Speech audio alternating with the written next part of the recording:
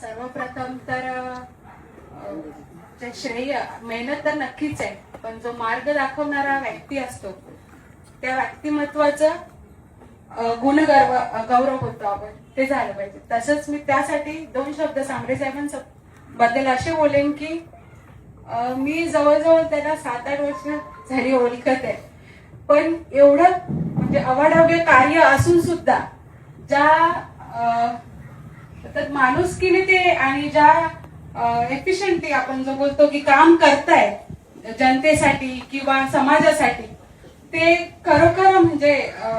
आताच्या आपण या युगात तर काही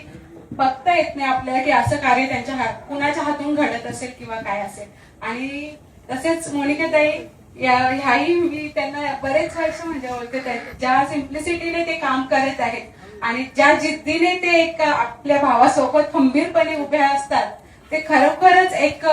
बोलतात ना की आपण त्याच्याकडून मार्गदर्शन घेऊ शकतो की कशा खंबीरपणे एका स्त्रीने या समाजासाठी कार्य आणि कशा खंबीरपणे स्त्री,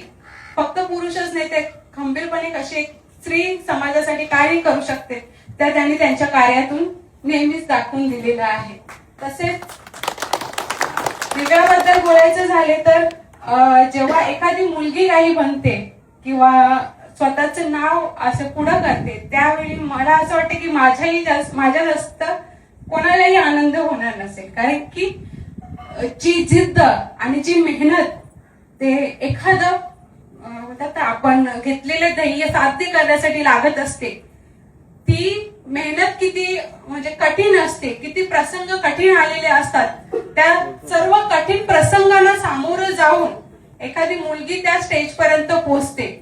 आणि ते अचीव करते. ह्यात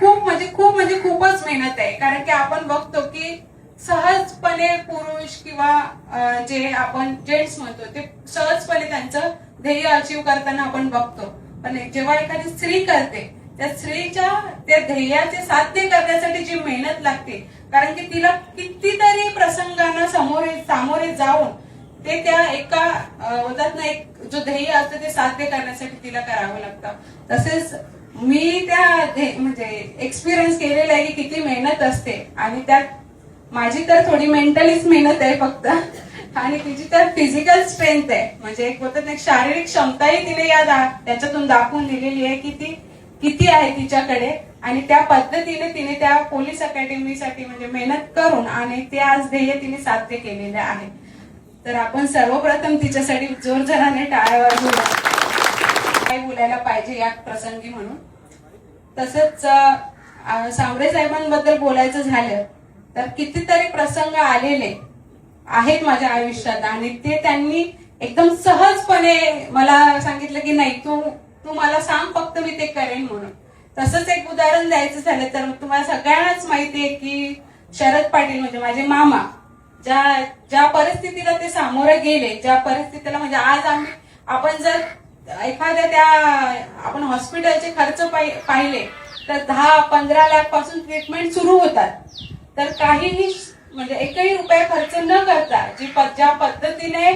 त्यांनी म्हणजे मला सांगितलं की तू सांग फक्त काय आहे, तुम्ही बोले अशी घटना घडली आहे, फक्त तू कॉन्टॅक्ट कर या व्यक्तींशी आणि घेऊन जा. आणि त्या सहज 1 महिनाभरात तो ऑपरेशन झाला, सहज महिनाभरात थेरपी झाल्या, आणि सहज 1-1.5 महिन्यात ते आपल्या समोर आणि आजही खंबीरपणे आपल्या समोर उभे आहेत. सो त्यासाठी मी त्यांच्या कार्याचे आणि त्यांच्या जिद्दीचे म्हणजे हे आभार मानते की म्हणजे त्यांनी एवढं सिन्सिअरली एवढं काम करत आहेत, आणि त्यांच्यासाठी आपण जोरदाराने टाळ्या वाजून त्यांचे जिद्दीने आणि ह्या मेहनतीने चिकाटीने समाजासाठी कार्य करतील ही ह्याच्यात काही शंका तर नाहीच आहे, पण आपण त्यांनाही प्रोत्साहन दिलं पाहिजे. कारण की आपण जेव्हा वोट करतो, किंवा मी हे स्पेसिफिकली सांगेन कारण की वोटिंग आणि हे याचं हे नाहीये, म्हणजे हे काही तिचं गौरव करायला आलो आहे, पण मला असं वाटतं की जेव्हा आपण समाजात वावरतो किंवा आपण समाजातून एक चांगला नेता एक्सपेक्ट करतो की चांगला नेता घडवला पाहिजे, चांगलं कार्य झालं पाहिजे, गाव सुधारले पाहिजे, मुलांसाठी शैक्षणिक, सामाजिक तसेच आपल्या आरोग्यिक सेवा झाल्या पाहिजेत, ते काही आपल्याला आतापर्यंत कुठल्याही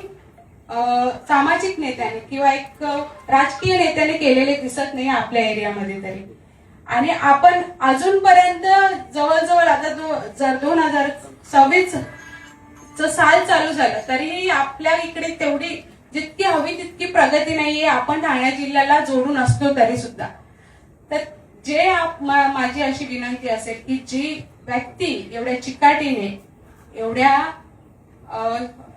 म्हणजे एकात्माने जी व्यक्ती एवढी मेहनत करत आहे तर त्या व्यक्तींना आपण त्यांची सिन्सिरिटी ओळखून आपण त्यांचं कार्य ओळखून आपण त्या पद्धतीने सपोर्ट केला पाहिजे. जर तुम्हाला परिस्थिती बदलायची आहे तर एक चांगला राजकीय नेताही ती परिस्थिती बदलू शकतो हे तुम्ही लक्षात घेतलं पाहिजे. आणि त्या पद्धतीने तुम्ही तुमचं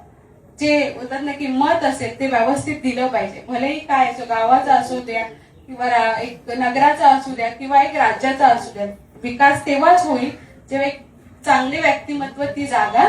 घेईल. तेवढंच मला म्हणजे एवढं बोलून मी